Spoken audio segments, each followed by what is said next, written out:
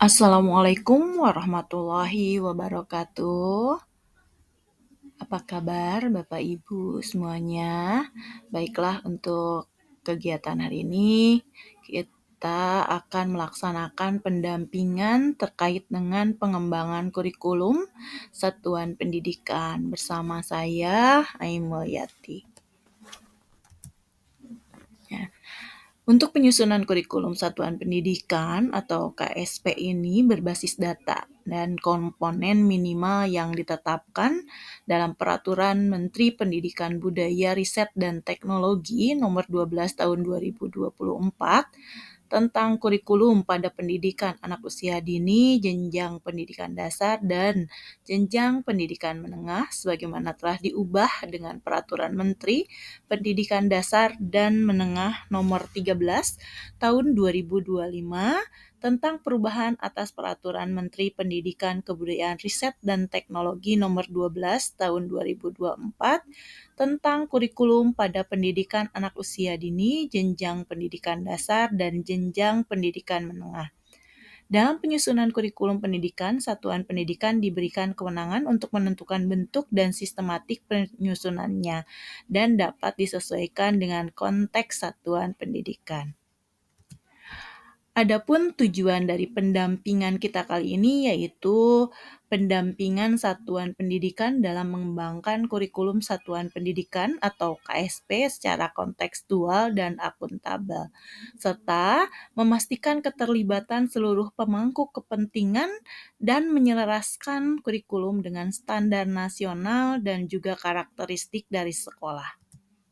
Nah, peran saya di sini, Bapak dan Ibu, saya akan memfasilitasi satuan pendidikan untuk melakukan refleksi, mengidentifikasi akan masalah, dan juga membuat prioritas.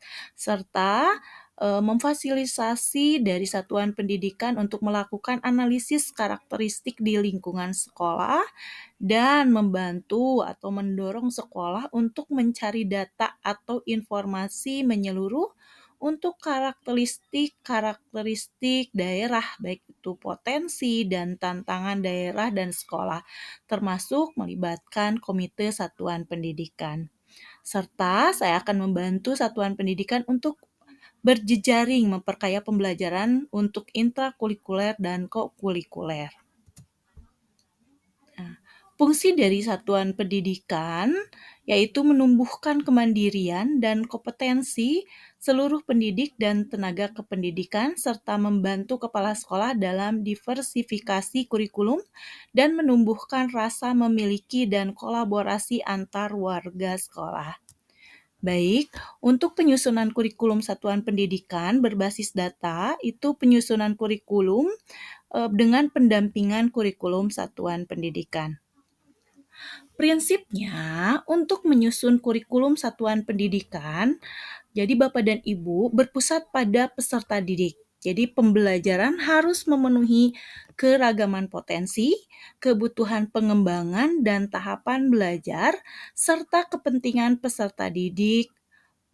Profil pelajar selalu menjadi rujukan dalam semua tahapan dan menyusun kurikulum operasional sekolah. Kontekstual menunjukkan kekhasan dan sesuai dengan karakteristik satuan pendidikan, konteks sosial budaya, dan lingkungan serta dunia kerja dan industri, serta menunjukkan karakteristik atau kekhususan peserta didik untuk yang berkebutuhan khusus. Serta esensialnya semua unsur informasi penting atau utama yang dibutuhkan oleh para pemangku kepentingan tentang kurikulum yang digunakan itu dapat diperoleh dari bahasa yang lugas, mudah dipahami, tidak mengulang naskah kutipan yang sudah ada dengan naskah lainnya. Kemudian dokumen itu perlu melampirkan seperti CP, struktur, dan lain-lain dalam dokumen kurikulum operasional. Serta akuntabel atau dapat dipertanggungjawabkan karena berbasis data dan aktual, serta melibatkan berbagai pemangku kepentingan. Baik itu pengembangan kurikulum satuan pendidikan, melibatkan komite satuan pendidikan, dan berbagai pemangku kepentingan lainnya, misalkan orang tua, organisasi sebagai sentra, serta industri dunia kerja untuk SMK. Nah, penyusunan kurikulum satuan pendidikan itu apa? Siapa yang terlibat di dalam penyusunan KSP ini? Jadi, untuk dapat menyusun KSP, kita memangku kepentingan, itu bisa pemangku kepentingan internal, baik itu pemimpin sekolah dan juga guru, serta pemangku kepentingan eksternal, baik itu orang tua, komite sekolah, kemudian dinas pendidikan. Untuk kepentingan pemangku kepentingan lainnya, misalkan organisasi, berbagai sentra, serta industri dan dunia kerja.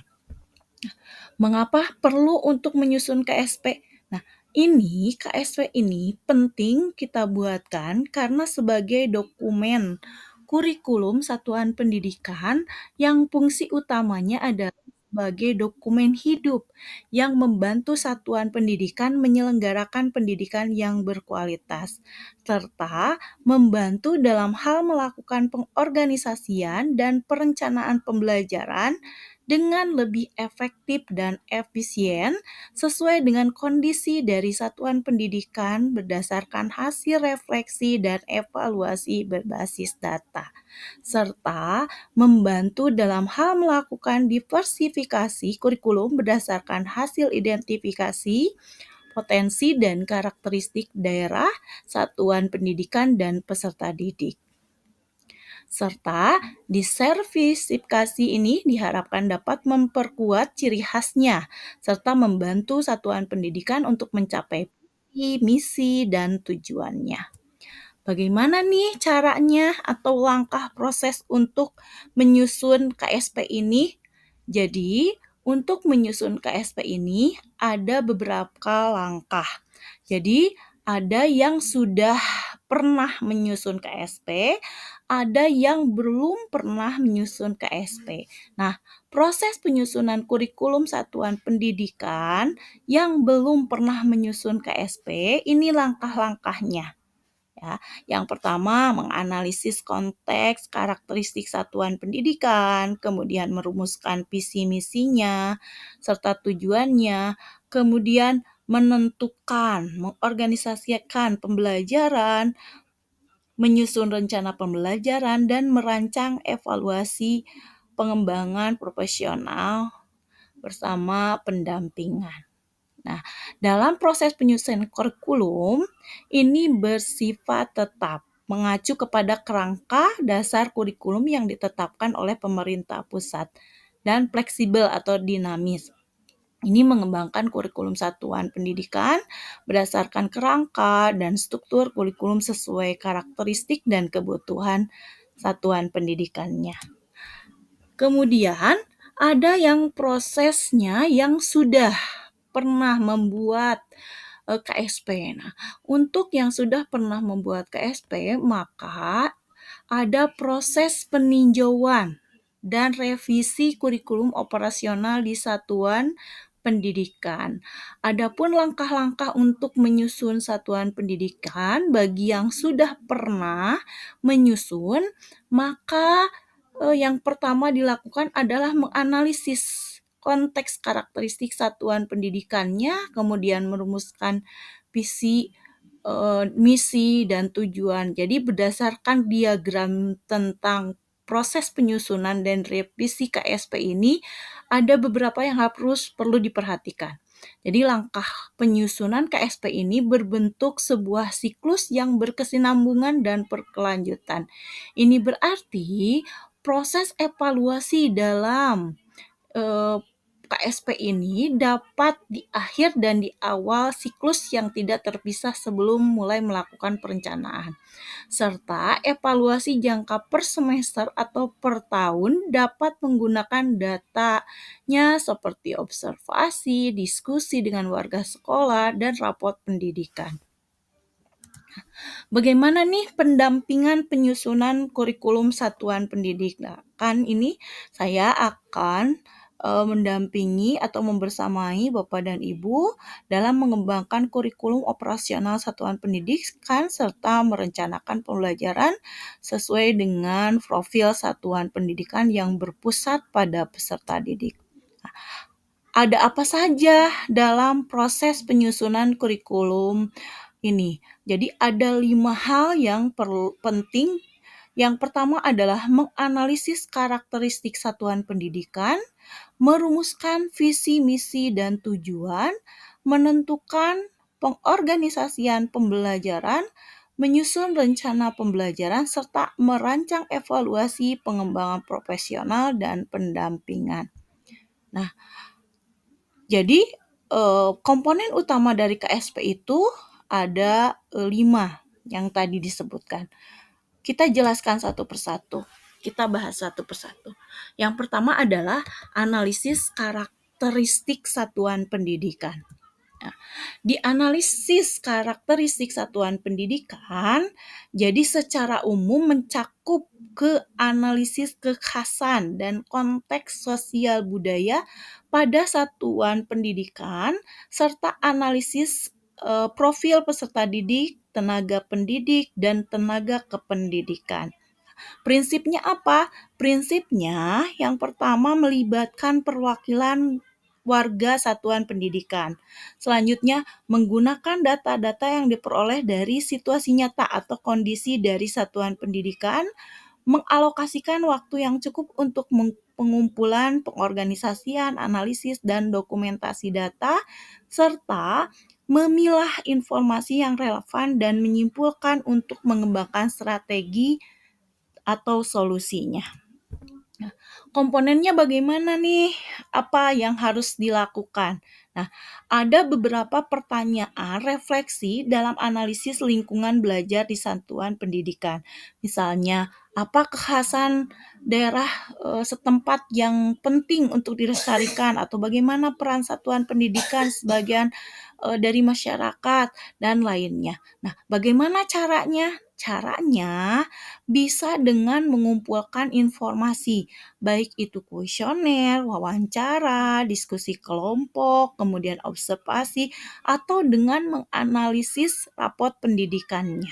Itu bisa dijadikan cara untuk mengumpulkan informasi dalam menganalisis karakteristik dari satuan pendidikan. Contoh analisis karakteristik satuan pendidikan, misalnya silakan dilihat rapot pendidikannya. Nah, analisis rapot pendidikannya bagaimana terkait dengan mutu dan hasil belajarnya, kemudian relevansi pembelajarannya, kompetensi dan kinerja pendidik dan tenaga pendidiknya, serta hasil rapot pendidikan ini bisa digunakan untuk melakukan identifikasi masalah pada satuan pendidikan. Indikatornya apa nih? Jadi, di dalam rapot pendidikannya, indikator yang diperoleh dari rapot pendidikannya apa? Diperlihatkan gitu. Dianalisis Bapak dan Ibu. Baik, selanjutnya, nah ini pendekatan analisis karakteristik dari sekolah ini bisa dengan menggunakan rapot pendidikan, observasi, VGD, kuesioner, dan wawancara. Fokusnya kompetensi lokal, profil lulusan, sarana budaya sekolah, serta partisipasi orang tua. Berikutnya, komponen yang kedua adalah tentang visi, misi, dan tujuan. Bagaimana untuk proses berpikir untuk menganalisis karakteristik satuan pendidikan dalam merumuskan visi, misi, dan tujuan? Nah, apakah Bapak dan Ibu satuan pendidikan sudah memiliki visi, misi, tujuan yang tepat? Kalau sudah atau belum, maka bisa melihat ya, apakah misalkan belum nih. Kalau belum, maka analisis karakteristik dari lingkungan belajar dari satuan pendidikan. Kemudian rumuskan visi, misi, tujuan sekolahnya, serta analisis kebutuhan satuan pendidikannya, serta menyusun strategi dan mendesain pengorganisasian pembelajaran. Nah, kalau sudah, maka apakah sudah memiliki analisis kebutuhan satuan pendidikan? Nah, kalau sudah, berarti apakah sudah memiliki strategi? Kalau sudah, baru ke pendeskripsian. Adapun visi, misi, dan tujuan satuan pendidikan itu harus sesuai dengan tujuan pendidikan nasional. Visinya, apakah visi menggambarkan harapan seluruh warga satuan pendidikan? Apakah visi menyatakan tujuan besar yang ingin dicapai satuan pendidikan? Apakah visi sudah berpusat pada peserta didik? Jadi dilihat apakah visinya sudah sesuai atau belum. Kemudian misinya, apakah misi jelas menyatakan hal-hal yang perlu dilakukan untuk mencapai visi? Apakah semua warga satuan pendidikan memahami hal-hal yang menjadi prioritas untuk visinya? Nah, Bapak dan Ibu, nanti dilihat lagi visi misinya, apakah sudah sesuai atau belum. Selanjutnya, di tujuan satuan pendidikan, apakah tujuan sudah secara jelas menyatakan hasil aksi yang perlu dilakukan untuk mencapai visi tersebut, atau apakah cara atau strategi untuk mencapai misi realistis untuk dijalankan? Apakah tujuan akhir dari kurikulum satuan pendidikan yang berdampak pada peserta didik? Jadi intinya apabila tujuan satuan pendidikan itu harus mengacu atau berdampak pada peserta didik. Bagaimana visi misi dan tujuan satuan pendidikan ini? Jadi visi itu menggambarkan bagaimana peserta didik menjadi subjek dalam tujuan jangka panjang satuan pendidikan dan nilai-nilai yang dituju berdasarkan hasil analisis karakteristik satuan pendidikan. Visinya juga sama. Visinya harus mengandung nilai-nilai yang mendasari penyelenggaraan pembelajaran agar peserta didik dapat mencapai standar lulusan. Kemudian misinya harus menjawab bagaimana satuan pendidikan sudah mencapai visi. Kemudian dalam kalimat visi juga dijabarkan nilai-nilai penting yang diprioritaskan selama menjalankan visinya. Misalkan contohnya melaksanakan pembinaan keagamaan yang berkesinambungan melalui kegiatan apa. Nah, di tujuan itu mendeskripsikan tujuan akhir dari kurikulum satuan pendidikan yang berdampak pada peserta didik. Kemudian dalam kalimat tujuan mengandung kompetensi atau karakteristik yang menjadi kekhasan lulusan suatu tujuan pendidikan dan selaras dengan profil lulusan. Kemudian tujuan juga menggambarkan tahapan-tahapan penting yang selaras dengan misinya. Di tahapan komponen selanjutnya yaitu pengorganisasian pembelajaran. Seperti apa proses dari pengorganisasian? Jadi berdasarkan mata pelajaran, secara tematik, secara terintegrasi, dan blok waktu terpisah. Bagaimana nih pengorganisasian pembelajarannya di satuan pendidikan? Ada intrakurikuler, ada kokurikuler profil penguatan pelajar Pancasila. Kalau sekarang itu profil lulusan, kemudian ada ekstrakurikuler ya. Jadi ada beberapa hal yaitu di intrakurikuler yaitu berisi muatan mata pelajaran dan muatan tambahan lainnya atau mulok. Di kurikulikuler biasanya merancang antara terpisah dari intrakurikuler untuk mengupayakan tentang karakter lulusan. Kemudian di intrakurikuler itu dilakukan di luar jam belajar, di bawah bimbingan dan pengawasan satuan pendidikan. Nah, Bagaimana alternatifnya untuk pendekatan pembelajaran? Jadi ada 4. Yang pertama adalah pendekatan mata pelajaran. Jadi setiap pembelajaran dilakukan secara terpisah antara satu mata pelajaran dengan mata pelajaran lainnya. Selanjutnya tatap muka dilakukan secara reguler setiap minggu dengan jumlah jam tatap muka sesuai dengan ditetapkan oleh masing-masing satuan pendidikan berdasarkan ketentuan minimal dari pemerintah. Selanjutnya, ada pendekatan tematik. Nah, di pendekatan tematik, jadi pembelajarannya itu disusun berdasarkan tema yang menaungi kompetensi-kompetensi dari berbagai mata pelajaran serta pendekatan pembelajaran yang mengintegrasi berbagai kompetensi. Berikutnya, ada pendekatan secara terintegrasi. Nah, dari terintegrasi ini ya, konsep-konsep dan keterampilan tertentu dari mata pelajaran diajarkan secara kolaborasi. Pendidik berkolaborasi dengan mata pelajaran lain, merencanakan, melaksanakan, dan melakukan asesmen untuk suatu pembelajaran yang terpadu. Misalkan, sebagai contoh, mengajarkan muatan ilmu pengetahuan alam dan ilmu pengetahuan sosial secara terintegrasi atau bersama-sama. Berikutnya, ada pendekatan secara bergantian dalam blok waktu terpisah. Jadi pembelajaran dikelola dalam bentuk blok-blok waktu dengan berbagai macam pengelompokan. Nah, ini beberapa contoh pendekatan perorganisasian pembelajaran yang bisa dilakukan oleh satuan pendidikan. Jadi silahkan pemilihan pendekatan perorganisasian pembelajaran disesuaikan dengan kebutuhan satuan pendidikan. Jadi tidak ada satu pendekatan yang lebih canggih dari pendekatan lainnya. Bapak dan Ibu bisa memilih mau menggunakan pendekatan pembelajaran seperti apa.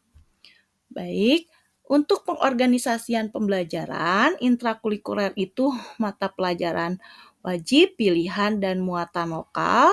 Kokurikuler itu penguatan karakter, tema lintas disiplin. Ekstrakurikuler itu sesuai potensi dan minat siswa. Nah, untuk pramuka itu diwajibkan. Untuk komponen berikutnya yaitu komponen perencanaan pembelajaran. Seperti yang kita ketahui untuk perencanaan pembelajaran itu meliputi ruang lingkup satuan pendidikan. Jadi ruang lingkupnya memahami capaian pembelajaran, menyusun tujuan pembelajaran, menyusun alur tujuan pembelajaran, dan merancang pembelajaran. Nah, merancang pembelajaran sekarang seperti apa? Nah, merancang pembelajaran untuk sekarang itu dengan pendekatan pembelajaran mendalam. Nah, pembelajaran mendalam itu didefinisikan sebagai pendekatan yang memuliakan dengan menekankan pada penciptaan suasana belajar dari proses pembelajaran berkesadaran, bermakna, dan menggembirakan sesuai melalui oleh pikir, olah hati, olah rasa, olahraga secara holistik dan terpadu. Serta menggunakan prinsip-prinsip pembelajaran mendalam, berkesadaran, bermakna, menggembirakan, serta pengalaman belajar pembelajaran mendalam. Nah, ini untuk pembahasan tentang pembelajaran mendalam, nanti akan ada pembahasan berikutnya. Selanjutnya, di perencanaan pembelajaran, ada perencanaan pembelajaran intrakurikuler. Jadi, intrakurikuler itu dalam menyusun perencanaan pembelajaran perlu memperhatikan menganalisis capaian pembelajarannya, menyusun tujuan pembelajaran, dan juga merencanakan pembelajaran serta asesmennya. Nah, untuk perencanaan pembelajaran kokurikuler, berbentuk tim kerja dilakukan untuk memastikan bahwa perencanaan, pelaksanaan, dan evaluasi kokurikuler ini berjalan dengan baik, terstruktur, kolaboratif, dan berkesinambungan. Ini ada tim kerjanya. Selanjutnya, analisis satuan pendidikan. Analisis yang dimaksud yaitu dalam perencanaan kurikuler itu dapat memanfaatkan hasil dari analisis satuan pendidikan terkait dengan sumber dayanya, kemudian kebutuhan belajarnya, sumber daya yang dimiliki oleh satuan pendidikan, serta mengakomodir dengan kebutuhan-kebutuhan secara maksimal. Serta membuat perencanaan berdasarkan hasil analisis tersebut. Dari hasil analisis yang sudah dibuat atau yang sudah dilakukan, maka menentukan dimensi profil lulusan yang akan dipilih. Temanya apa nih dalam kegiatan kokurikuler, sehingga membantu dalam memberikan konteks dan juga bentuk kegiatan pembelajaran kolaboratif lintas disiplin ilmu. Jadi ada 7 kepembiasaan anak Indonesia hebat atau kegiatan kokurikuler melalui cara lain. Jadi ada 3 cara ya. Selanjutnya, evaluasi dan pengembangan profesional. Ini ada evaluasi jangka pendek atau per semester ya, dan jangka panjang itu biasanya 4 sampai 5 tahun. Nah, direfleksi pembelajaran dan perbaikan mutu serta pendampingan berkelanjutan oleh kepala sekolah dan juga pengawas. Nah, prinsip evaluasi pembelajaran dan kurikulum satuan pendidikan prinsipnya adalah menentukan tujuan evaluasi yang akan dilakukan, kemudian menetapkan data atau informasi yang ingin didapatkan dalam kegiatan peninjauan, serta menemukan bentuk asesmen yang akan dilakukan untuk mendapatkan data atau informasi tersebut. Merancang aktivitas evaluasi yang bersifat reflektif dan dapat dijadikan sebagai pengembang bagi pendidikan dan pelaksanaan program, serta menggunakan alat penilaian pencapaian yang struktur. Nah, apa yang menjadi sumber dalam evaluasi pembelajaran di KSP ini? Jadi yang menjadi sumbernya adalah hasil dari asesmen peserta didik, kemudian artefak peserta didiknya atau proyek peserta didiknya melalui portofolio, pameran karya, pertunjukan, dan lainnya. Atau boleh berdasarkan survei lulusan, refleksi proses belajar oleh pendidik, observasi, dan juga raport pendidikan. Nah, kita refleksi ya Bapak dan Ibu. Nah, apakah sudah punya KSP-nya?